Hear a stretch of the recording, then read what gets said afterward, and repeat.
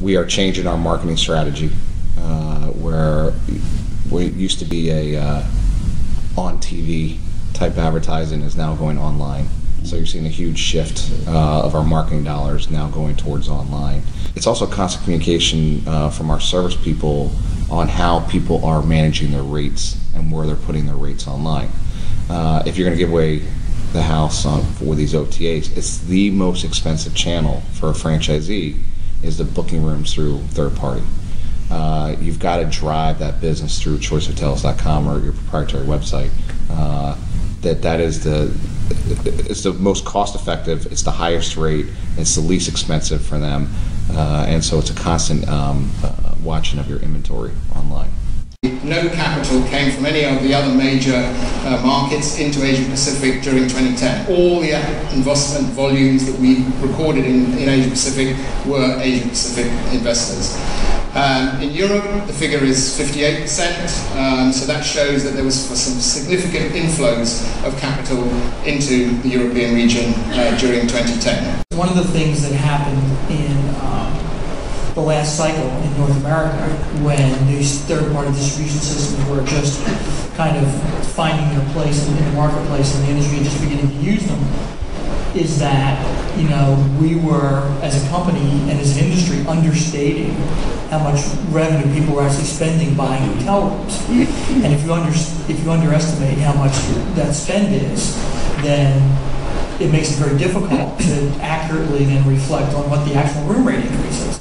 So it's potentially that one of the issues in the U.S. where the room rates are so sluggish is an increasing percentage of that incremental growth goes to the distribution systems and not to the hotel companies themselves. So we will do it where it's really important to get the right brand in the right location. China, they don't need the money.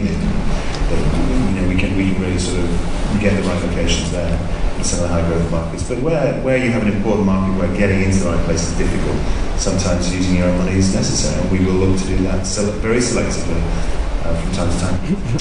We need to have management contracts that revert to market much more regularly and are market tested and can be cancelled if people don't perform. And that's not possible at the moment. Companies are saying, if we want to build our business, if we want to develop, we're going to have to get out and travel. And so, in some respects, we're seeing the business transient traveler out more than you might expect, given what so far in the developed world has been a tepid recovery. In the emerging markets, it's a completely different story. Things have actually never really went down in the crisis anywhere near what they did in some of the markets where many of us live, and that's continued only at a more torrid pace. And so, and that continues to drive growth and build strength, and ultimately, I think, creates a tremendous opportunity as people come from emerging markets outbound into places like gateway cities in Europe and North America. Globalization is there, it's growing. The percentage of GDP of the countries that depend on globalization is growing.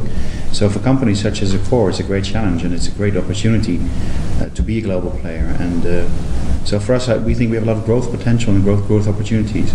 Basically, so far we are strong on two countries, US with Motel 6, and we are expanding the franchise with Motel 6 in the US, and so far in France. And what is new for us is we said we want to be the #1 franchisor in Europe. You know, today we have 870 franchisees in Europe, thanks to France. You know, we want to expand the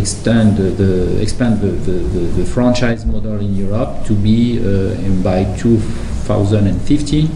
1,500 hotels, so basically doubling the network.